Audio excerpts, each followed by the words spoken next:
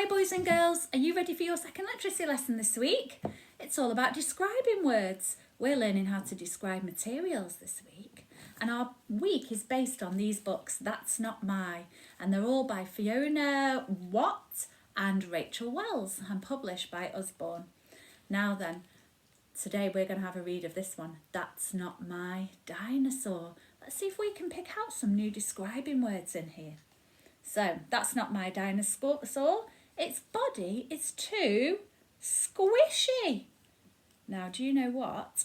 I'm looking really closely at this, and actually it's also very scaly. That was a word we learnt yesterday, wasn't it? Scaly.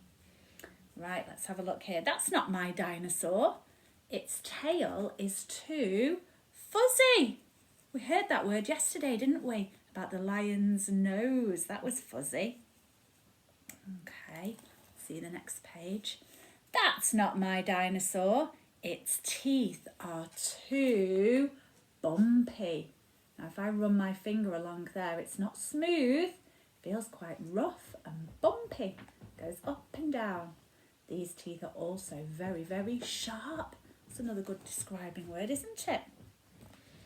Okay, that's not my dinosaur. Its flippers are too slippery. If I feel these flippers, they feel very smooth. I bet they are slippery in the water, aren't they? Maybe they're a bit slimy. That's another good describing word. They're definitely a little bit shiny. We've got lots of good words there, haven't we? Let's look on this page here. It says, that's not my dinosaur. Its horns are too rough. Now listen. Can you hear that? They're not smooth, are they? They're quite scratchy too. Okay, and then our very last page. That's my dinosaur.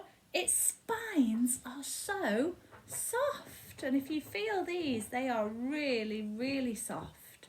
They're a little bit furry too. That's a good describing word. Now then, what I'd like you to do today is go on a material hunt all around your house. And I want you to see what you can find.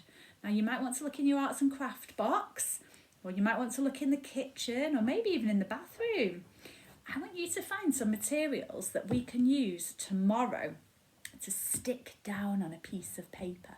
Okay, so you must be able to stick these materials down or it won't work.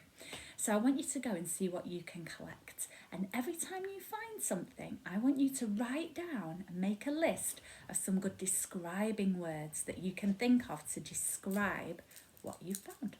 Right, so I've been on a hunt around my house and I have found some tissue paper. Listen to this. Can you think of any good words you could use to describe this tissue paper?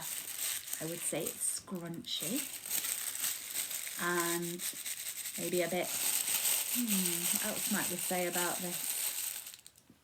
Crunchy, maybe. And if I open it up, it's quite crinkled. That's another good word, isn't it? Crinkly means when it's got these lines in, you see, like this. I could call that crinkly. Okay, right, what else have I found? Oh, look at this. Wow, I found this fabric which is really sparkly.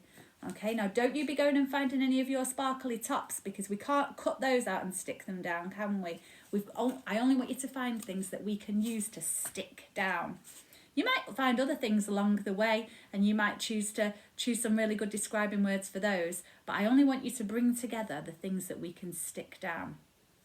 So yes, this is sparkly. We could say it's glittery. You might even have a really good word to describe this too. Okay, shiny maybe. Right, what else did I find? Oh, look, I found some cotton wool.